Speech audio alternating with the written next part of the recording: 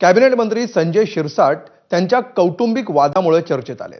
मंत्री पुत्र सिद्धांत शिरसाट यांनी अगोदर लग्न करून नंतर आपल्यावर अन्याय केल्याचा दावा करत जान्हवी नावाच्या महिलेने त्यांना नोटीस पाठवली। मात्र माध्यमात हे प्रकरण आल्यानंतर जान्हवी यांनी यू-टर्न घेत नोटीस परत घेण्याची घोषणा केली।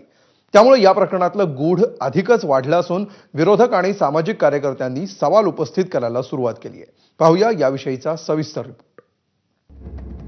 फोटोत दिसणारा हा तरुण आहे कॅबिनेट मंत्री संजय शिरसाट यांचे पुत्र सिद्धांत शिरसाट। तर त्यांच्या सोबत दिसणाऱ्या महिलेचं नाव आहे जान्हवी। सिद्धांत यांच्या सोबत आपला विवाह झाल्याचा दावा करणाऱ्या जान्हवी यांनी त्यांच्या वकिलांमार्फत सिद्धांत यांना नोटीस पाठवली आणि या प्रकरणाची राज्यभर चर्चा सुरू झाली। मंत्रीपुत्र सिद्धांत यांनी आपल्या हशीलावर लग्नासाठी कसा दबाव आणला आणि नंतर वेगळ्याच महिलेसोबत लग्नाचे फोटो कसे पाठवले याचा सविस्तर घटनाक्रम जान्हवी यांच्या वकिलांनी सांगितला। सिद्धांत शिरसाटने 2 वर्ष जवळजवळ 6 महिने तिला एवढं प्रेशर आणलं की माझ्याशी लग्न कर, नाहीतर मी गोळी घालून आत्महत्या करेल, पण तिला इमोशनली ब्लॅकमेल केलं। शेवटी मग ती लग्नास तयार झाली। तिला डायव्हर्स घ्यायला लावला। तिनं कायदेशीर डायव्हर्स घेतला 2-4 महिन्यामध्ये। त्यांना आता एक दुसरी मुलगी आहे साळवे नावाची, तिच्याशी इथं बंगल्यामध्ये नवीन जो बंगला बांधला आहे तिथं लग्न केलं असा फोटो त्यानं पाठवला। नंतर मग आम्ही ठरवलं की आता मात्र थांबण्यात अर्थ नाही, म्हणून 19 तारखेला कायदेशीर नोटीस पाठवली। 30 तारखेला मी मुंबईच्या कोर्टामध्ये दाखल करणार आहेत। आम्ही त्याचे महिला अत्याचार कायदा 498 ची केस, बाकीचे आम्ही सगळे केसेस दाखल करण्यात येईल आणि मेंटेनन्स। सिद्धांत यांनी आपल्यावर वारंवार अन्याय केल्याचा दावा जान्हवी यांनी केला। 2018 मध्ये सोशल मीडियाच्या माध्यमातून दोघांची ओळख झाली। ओळख झाल्यानंतर दोघांमध्ये वारंवार शारीरिक संबंध झाले। चेंबूरमधील फ्लॅटवर वारंवार दोघांच्या भेटी होत असत। 14 जानेवारी 2022 रोजी दोघांचं बौद्ध पद्धतीनं लग्न पार पडलं। लग्नाचे पुरावे असल्याचाही महिलेनं दावा केलाय। सिद्धार्थनं महिलेचा जबरदस्ती गर्भपात करवून घेतला। लग्नानंतर सिद्धांतच्या स्वभावात बदल झाला। चेंबूरच्या फ्लॅटमध्ये राहण्याची जबरदस्ती करण्यात आली आणि संभाजीनगरमध्ये येण्यास मज्जाव करण्यात आला। सिद्धांतचे इतर महिलांसोबत संबंध उघडकीला आल्याचा दावाही महिलेने केलाय। 20 डिसेंबर 2024 रोजी शाहूनगर पोलिसात तक्रार दाखल करण्यात आली। संजय शिरसाट यांनी राजकीय वजन दाबून प्रकरण दाबल्याचा आरोपही जान्हवी यांनी केला। हे प्रकरण चव्हाट्यावर आल्यानंतर मंत्री संजय शिरसाट आणि महिला आयोगावर विरोधकांनी जोरदार आगपाखड केली।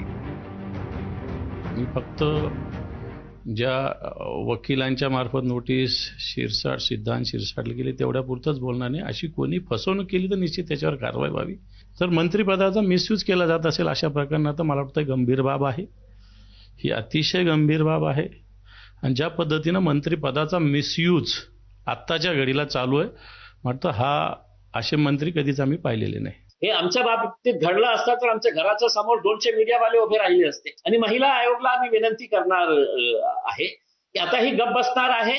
रुपाली चाकणकर ताईला आम्ही हात जोडून विनंती करत आहे की ताई, ती मुली मुंबईमध्येच राहते, तिला जाऊन भेटा, सगळं जानकारी हासिल करा आणि तिला न्याय द्या। मला असं वाटत होतं की आधी त्या मुलींनी ते सगळं प्रकरण उचलावं आणि ते लावावं। संजय शिरसाटांनी पत्रकार परिषद घेऊन सगळ्या गोष्टी मांडल्या पाहिजेत आणि कसं या मुलीचा झालेला छळ तिला न्याय मिळवून देण्यासाठी ते काय करणार आहेत याचं स्पष्टीकरण त्यांनी द्यायला हवं। मंत्री संजय शिरसाट आणि त्यांच्या मुलाच्या कारनाम्यांची राज्यभर चर्चा सुरू झाली असताना अचानक या प्रकरणात यू-टर्न आला। सिद्धांत यांना नोटीस पाठवणाऱ्या जान्हवी यांनी आपल्याला हा विषय इथंच संपवायचा आहे असं सांगत नोटीस माघारी घेण्याचा इरादा जाहीर केला। मी जे काही हे नोटीस पाठवलेली आहे, मला हा विषय इथेच क्लोज करायचा आहे। मला पुढे कोणावर कारवाई करायचं नाहीये। मला हा विषय इथेच संपवायचा आहे। हा माझा वैयक्तिक पर्सनल मॅटर आहे। मी हा विषय आज इथे क्लोज करते। मला संपवायचा आहे हा विषय, मला पुढे वाढवायचा नाहीये। हो, मी जी नोटीस पाठवली होती मी ती आज परत घेत आहे, पूर्ण वापस घेत आहे। मला कोणावर काही एलिगेशन करायचं नाही। तर अगोदर नोटीस पाठवून नंतर माघार घेण्याच्या जान्हवी यांच्या निर्णयाबाबत सवाल उपस्थित होत आहेत। त्या मुलाने एक तर तिला धमकी दिली, गर्भपात करायला लावला, इतके वर्ष त्या मुलीच्या आयुष्याची वाया घातले, ते याच्या सगळ्यावर खरा न्याय त्या घटनेला झाला का, हा खरंच एक मोठा प्रश्न आहे. आणि याचं उत्तर सो कॉल्ड जे सामाजिक न्याय मंत्री आहेत त्यांना देणं भाग आहे. संजय शिरसाटांना बोलणं गरजेचं आहे. आणि एकनाथ शिंदेना लोकांनी प्रश्न विचारले पाहिजेत की त्यांच्या आमदारांबद्दल ते काय बोलणार आहेत. खरं तर त्यांनी एक स्टँड घेतला पाहिजे.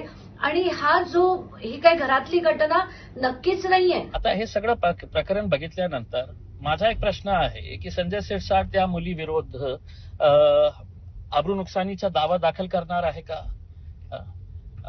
आणि जे फोटोज जे बाहेर आलेले आहे, त्याचा मुलगा ज्या कनपट्टीवर बंदूक ठेवलेला आहे, त्याच्या लग्नाचे जे फोटोज आहे ते सगळं खोटे होते का?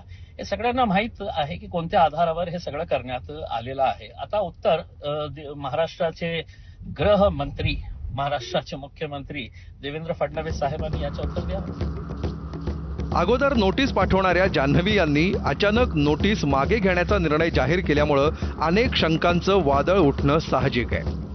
या शंकांचं स्वतः शिरसाट पितापुत्रांकडून निरसन केलं जाणार का आणि या प्रकरणातलं सत्य समोर येणार का हे लवकरच कळेल. ब्युरो रिपोर्ट, ABP माझा.